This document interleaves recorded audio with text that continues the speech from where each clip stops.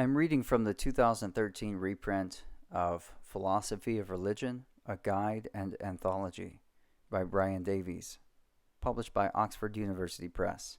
This is from a section within the introductory material entitled A Very Short History of Philosophy of Religion. One could say that philosophy of religion is a worldwide phenomenon which has been around ever since there were human beings. Understood in this way, its story is part of the history of many countries and peoples, and it is long. But philosophy of religion, considered as a distinct branch of philosophy, is an essentially Western phenomenon, and its story is not vastly different from that of the history of Western philosophy in general. This is often said to have started with Plato, circa 428 to 348 BC, and to have continued to what can be found in recently published journals and books devoted to philosophy. And much the same could be said of the history of philosophy of religion, for that could be thought of as something which starts with Plato and ends on the shelves of your local university library. From Plato to Occam. There was significant reflection on religious matters prior to that of Plato.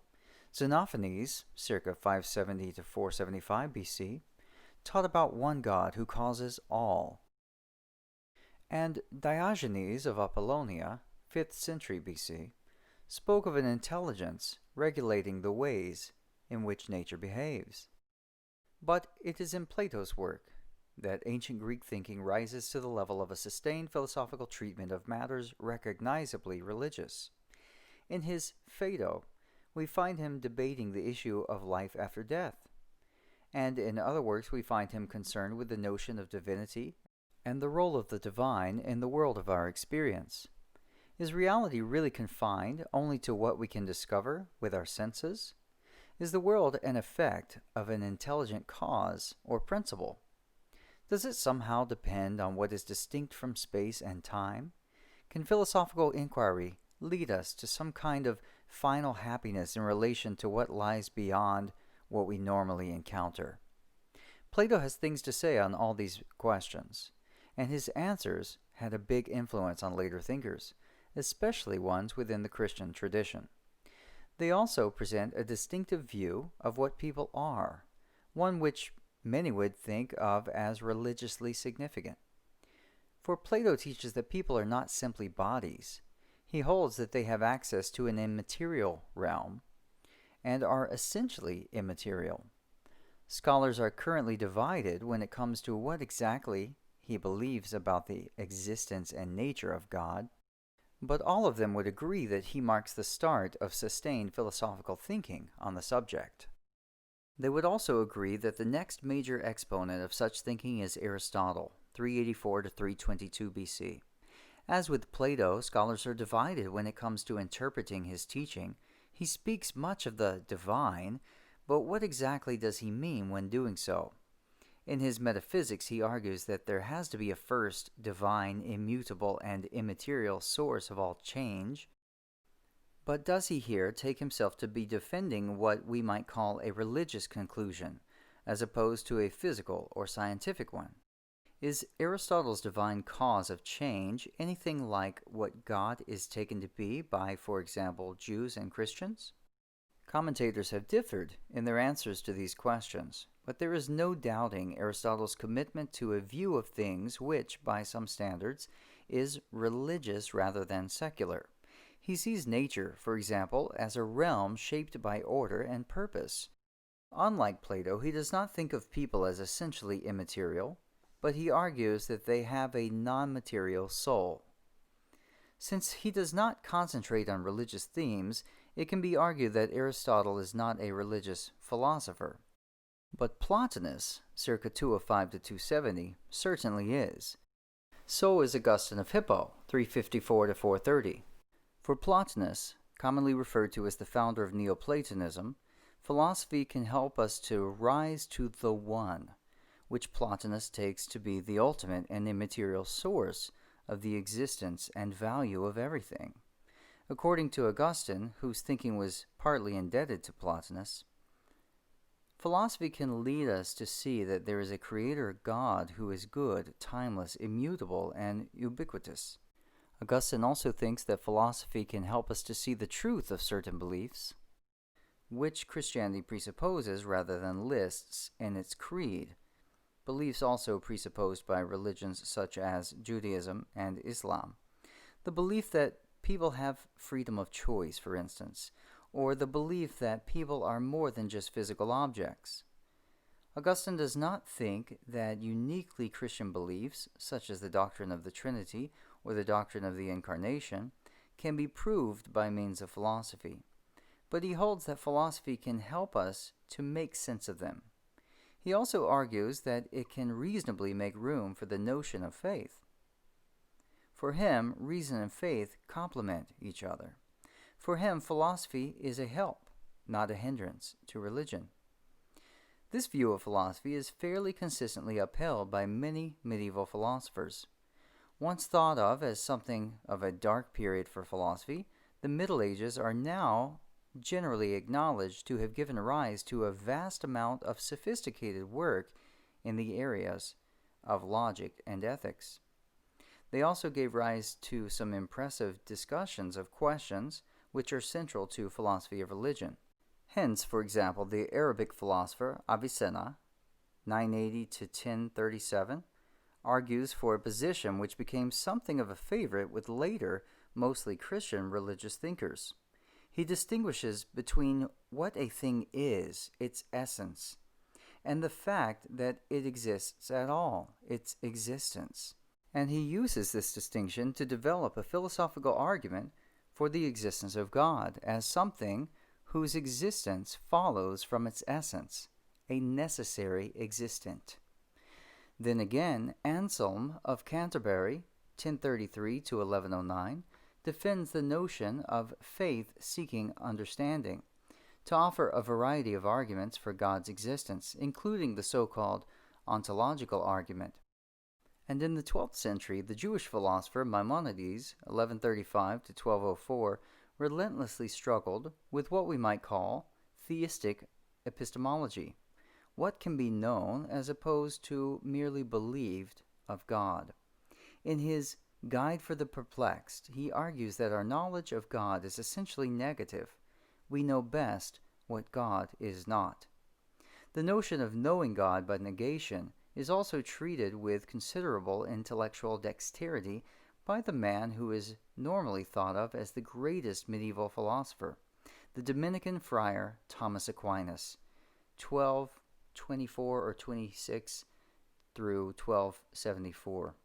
Though famous for developing the view that certain words used in talking about God and creatures are to be understood analogously, Aquinas also argues that there is a serious sense in which people cannot know what God is. But he also provides sustained philosophical elaboration and defense of the belief that there exists a God who is simple, omnipotent, omniscient, and eternal.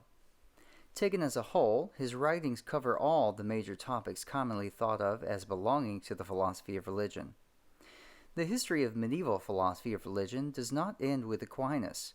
One might, for example, mention one of his immediate contemporaries, Giovanni de Fidanza, commonly known as Saint Bonaventure, 1221 to 1274, the first great Franciscan philosopher. One might also mention two other famous Franciscans, Duns Scotus, circa 1266 through 1308, and William of Ockham, 1285 to 1349. For Scotus, who taught in Oxford and Paris, and who was thought of by the poet Gerald Manley Hopkins as the greatest of philosophers, a matter of central philosophical importance is being. In thinking along these lines, he is deferring to Aristotle, who argues that philosophers should study being as being, what it is for anything to be, as opposed to what it is for things to be the particulars that they are. Unlike Aristotle, however, Scotus reflects on this topic as a Christian. In doing so, he offers arguments for the existence of God, considered as creator and as infinite being, which are distinctively different from those proposed by most of his Christian predecessors. They are, for example, different from arguments for the existence of God offered by Aquinas. Also, in contrast to Aquinas, Scotus denies that philosophers can give adequate reasons for thinking of God as omnipotent, just, or merciful. He believed that God was such, but he did not think that the matter could be settled by philosophical reasoning. And, again, unlike Aquinas, he maintains that talk of God's being, including any talk of God, must, when compared to talk about what is not God, be construed as univocal. He holds, for example, that when we say A, that Fred exists or that Fred is good, and B, that God exists and God is good, we mean exists and is good in exactly the same way. In doing so, he anticipates a lot of subsequent reflection on the topic of talk about God. In his reflections on the notions of possibility and necessity, he also anticipates those contemporary philosophers, practitioners of what is called modal logic, who make much of the notion of possible worlds. For he conceives of God as choosing to create while selecting between many different universes, which he could have also created, possible worlds. But can philosophy show that there is a God who creates? William of Ockham, in distinction from Scotus, said no. Indeed, when it comes to the question of philosophy's ability to give us knowledge of God, Ockham is almost entirely skeptical. He believes in the existence of God, but he takes it to be something we can properly arrive at only by means of faith, considered as something sharply different from what can be attained by means of philosophical reflection. And on his account, it is to faith alone that we must look for an answer to the question, do people live after death? For these reasons, he stands at something of a turning point in the history of philosophy of religion. With one foot firmly placed in an age of lively religious belief, there is a sense in which Ockham anticipates a later time when philosophers found themselves challenging such belief in the name of philosophy. He also anticipates a time when philosophers were to find themselves challenging the assumption that human beings can arrive at a knowledge of the world and of their place in it. For he argues that there is a sense in which God can directly cause us to be convinced that something that is not there is there, an idea which resembles one which features in the writings of René Descartes, 1596 to 1650, who is often referred to as the father of modern philosophy. From Descartes to Eliot. In his Disclosure on Method and his Meditations on First Philosophy, Descartes seeks to find a proposition which cannot be doubted, and in doing so he entertains the possibility of an agent able to make us consistently to believe what is false. But Descartes is no friend of the view that we know nothing, and some of his most famous philosophical writings argue for the truth of various religious beliefs, notably the belief that God exists and the belief that people are able to survive death. According to Descartes, the idea of God, A, must be caused by God, and B, implies God's necessary existence. Descartes also famously develops an understanding of human beings, sometimes referred to as substance dualism, according to which we are essentially non-material things who are, therefore, not necessarily extinguished when our bodies perish. In some of his writings he defends an account of God's nature, which is much in line with that taught by some of the key medieval philosophers. He holds, for example, that God is both omnipotent and wholly simple. The notion of God stands at the heart of Descartes' philosophical system. It is crucial, too, in the one developed by G.W. Leibniz, 1646 to 1716. Appealing to various versions of what he calls the principle of sufficient reason, and making much of a distinction between truths of reason and truths of fact, Leibniz argues not only that there is a God, but that the existence of God is a matter of strict necessity. Also appealing to sufficient reason, he seeks to explain why God creates and what God is like.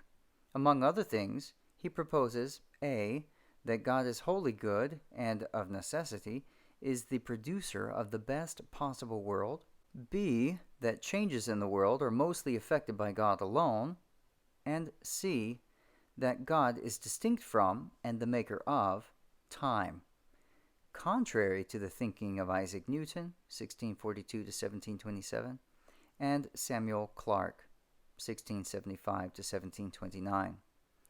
The prominence given by Leibniz to the notion of possible worlds has had an influence which extends to the present time and to the philosophy of religion as practiced by contemporary authors such as Alvin Plantinga. Some of Leibniz's major philosophical teachings about God also resemble those of Benedict de Spinoza, 1637 to 1677.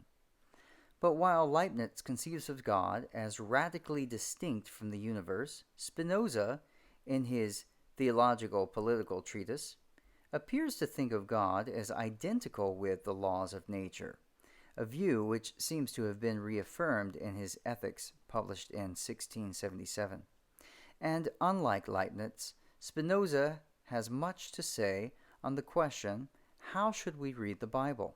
In the light of the history of biblical scholarship during the last 100 years or so, some of his answers to this question seem strikingly contemporary.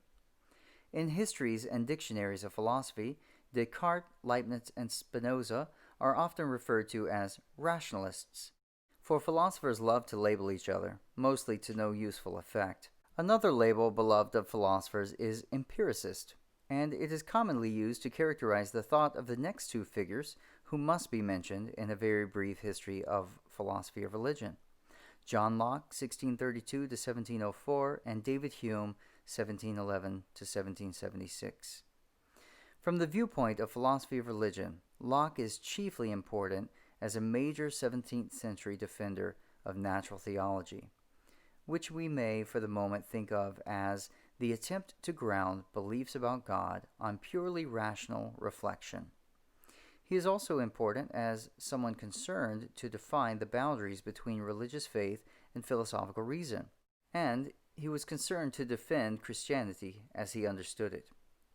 Writing in the light of the account of the basis and range of human knowledge developed in his An Essay Concerning Human Understanding, published in 1690, Locke maintains in the essay, but also in The Reasonableness of Christianity, published in 1695, that the existence of God can be demonstrated, that biblical moral teaching squares with what reason can discover, and that there are matters of faith which, though above reason, are yet rationally believable. Having developed a theory of what persons are, he also defends a much discussed view of human beings, one which carries forward Descartes' attempts to show that people need not expire with their bodies. Like those of Locke, Hume's writings on religion proceed on the basis of his understanding of human knowledge, which he presents in A Treatise of Human Nature, published between 1739 and 1740, and in his Inquiry Concerning Human Understanding, published 1748. But while Locke finds reason pointing towards the truth of various religious beliefs, Hume takes a different view. Hence, and especially in his Dialogues Concerning Natural Religion, posthumously published in 1779, we find him rejecting a variety of arguments for God's existence, while also arguing that philosophy is incapable of showing that God's nature is as most theists take it to be. If we take in our hand any volume of divinity or school metaphysics, says Hume, let us ask, does it contain any abstract reasoning concerning quantity or number? No. Does it contain any experimental reasoning concerning matter of fact and existence? No. Commit it then to the flames, for it can contain nothing but sophistry and illusion. In a famous section of the Inquiry, Hume offers one of the best known critiques of belief in the occurrence of miracles. In the Natural History of Religion, published 1757, he argues that religion can have bad moral consequences and that it leads to superstition and fanaticism. Yet, someone who is often described as having been led to his most mature reflections with a debt to Hume follows a different line. For though Immanuel Kant, 1724 to 1804, one of the most influential philosophers of modern times, says that Hume woke him from certain dogmatic slumbers. He also writes positively and in defense of religious beliefs. In his Critique of Pure Reason, published between 1781 and 1787, he famously maintains that it is impossible to demonstrate the existence of God by arguments like those of Descartes and Leibniz. Yet, in his Critique of Practical Reason, published 1788, and in Religion Within the Bounds of Pure Reason, published 1793, he just as famously argues that moral considerations somehow imply both the existence of God and life after death for human beings. Kant seems to have had little time for specifically Christian doctrine, for organized religion, or for religious practices such as prayer, but he stands a long way from Hume, both in what he says about the existence of God and in what he says about the worth or significance of religion in general. The same can be said of George Wilhelm Friedrich Hegel, 1770 to 1831. He has seemed to some to be anything but a champion of religion. But his voluminous writings, notably his Phenomenology of Spirit, published 1807, his Science of Logic, published between 1812 and 1816, and his Encyclopedia of the Philosophical Sciences, published 1817, 1827, and 1830, contain attempts to show that philosophy can view religion as vital to a right understanding of philosophy and human thinking, as something which reaches its proper and final expression in philosophy. Are Kant and Hegel truly religious thinkers? According to one of their most famous critics, they are hardly religious at all. For in the judgment of Søren Kierkegaard, 1813 to 1855, true religious belief is different from what you might assent to by means of philosophical reflection, especially like that of Hegel. Like Kant, Kierkegaard argues that reason is limited when it comes to religious matters. Unlike Kant, however, he holds that it is totally limited.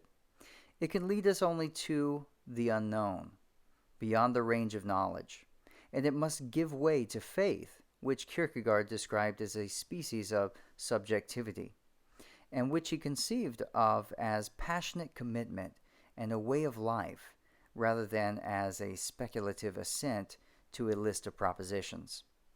In developing this idea, Kierkegaard lays much stress on the importance of human freedom. He holds that religious faith is something we choose, not something to which our minds conform of necessity. Kierkegaard's stress on freedom has led him to be labeled as an existentialist, a title he shares with later philosophers, most notably Jean-Paul Sartre, 1905 to 1980. Yet Sartre finds no truth in religion, and in the 100 or so years following Hegel's death, philosophers of note writing on religion are mostly critical of it. Hence, for example, Friedrich Nietzsche, 1844 to 1900, famously declares God is dead. He also spends much time insisting that Christian thinking springs from despicable human tendencies like the desire to control people. Influenced by Nietzsche, Karl Marx, 1818 to 1883, argues that religion is the opium of the masses, a system of erroneous beliefs which befuddles people into accepting unacceptable ways of living together. Influenced in turn by Marx, Ludwig Feuerbach, 1804 to 1872, holds that belief in God is nothing but a projection of the best human characteristics and aspirations. In The Essence of Christianity, 1841, he maintains that those who believe in God take what we most value in ourselves and mistakenly think of it as something belonging to a being or beings distinct from the world of our experience. Feuerbach was translated into English by the Victorian novelist George Eliot, 1819 to 1880, and his thinking informs all of her most popular novels, such as Adam Bede and Middlemarch. In the novels of George Eliot, you will find an impressive attempt to show how a philosophical critique of religion can seem credible when presented as literature. Philosophy of religion in the 20th century. Many important 20th century philosophers have regarded religious belief as of little interest. Some, like Bertrand Russell, 1872 to 1970, dismiss it as wholly incredible or even as positively dangerous. Others pass over it in silence, as, for example, does Gottlob Frege, 1848 to 1925, the founder of modern logic. In the 1920s, 1930s, 1940s, and 1950s, an influential group of philosophers, commonly referred to as logical positivists, argued that religious belief is meaningless or nonsensical, thereby depriving philosophy of religion of any intelligible subject matter. Yet, the period from 1900 to around 1960 also saw philosophers from many countries turning to religion as something of serious philosophical significance. Examples include the Austrian Ludwig Wittgenstein, the American John Dewey, the German Hannah Arendt, English authors F.R. Tennant, I.T. Ramsay, and Austin Farrer, the Scottish A.E. Taylor, the Canadian Bernard Lonergan, and the French thinkers Jacques Maritain and Etienne Gilson. The same period also saw some major theologians employing philosophy to serious theological effect, people such as Rudolf Bultmann, Paul Tillich, and Karl Rahner. And since the middle of the 1960s or so, philosophy of religion has increasingly become a booming subject, even in quarters where it was deemed to be of little philosophical interest earlier in the century. Why? Partly because large numbers of philosophers from the 1960s onward became disenchanted with logical positivism. The positivists' dismissal of religious belief relied heavily on theories of meaning which came to be widely rejected. Another factor to be reckoned with is the influence of Ludwig Wittgenstein, arguably the greatest of 20th century philosophers. His later writings, in particular the Philosophical Investigations and Uncertainty, develop an approach to language, meaning, and knowledge which has led some of those influenced by it to develop a wholly new approach to philosophy of religion. A claim often stressed by these so-called Wittgensteinian philosophers of religion is that religious belief does not need to be justified by means of philosophical argument. Writing not under Wittgenstein's influence, but rather from independent reflection on the notions of reason and evidence, and reacting to what is sometimes called classical foundationalism, other, largely American, 20th century philosophers have stimulated much discussion and research on religious knowledge and the relation between philosophy and religious belief. In this connection, the work of Alvin Plantinga and William Alston is especially to be noted. Plantinga and Alston are currently figures with a high profile in the American Society of Christian Philosophers, founded in 1978. The work of this society and its members has been influential. Among other things, it has led to an increasingly growing interest in the philosophical discussion of specifically Christian teachings, such as the doctrines of the Trinity and the Incarnation. Since the 1980s, reflection on such doctrines has become very much a part of what philosophers of religion have in mind when they refer to philosophy of religion. It was also very much part of philosophy of religion in its medieval form. So it is perhaps no accident that many of its current practitioners write with a special eye on medieval thinkers such as Anselm and Aquinas. Many Western philosophers have had things to say on religious matters, and since almost all of their thinking is, in one way or another, relevant to those with an eye on philosophy of religion, you can be nothing but helped in your thinking on philosophy of religion by a study of Western philosophy in general. The best way to understand what philosophers are about is to read philosophers.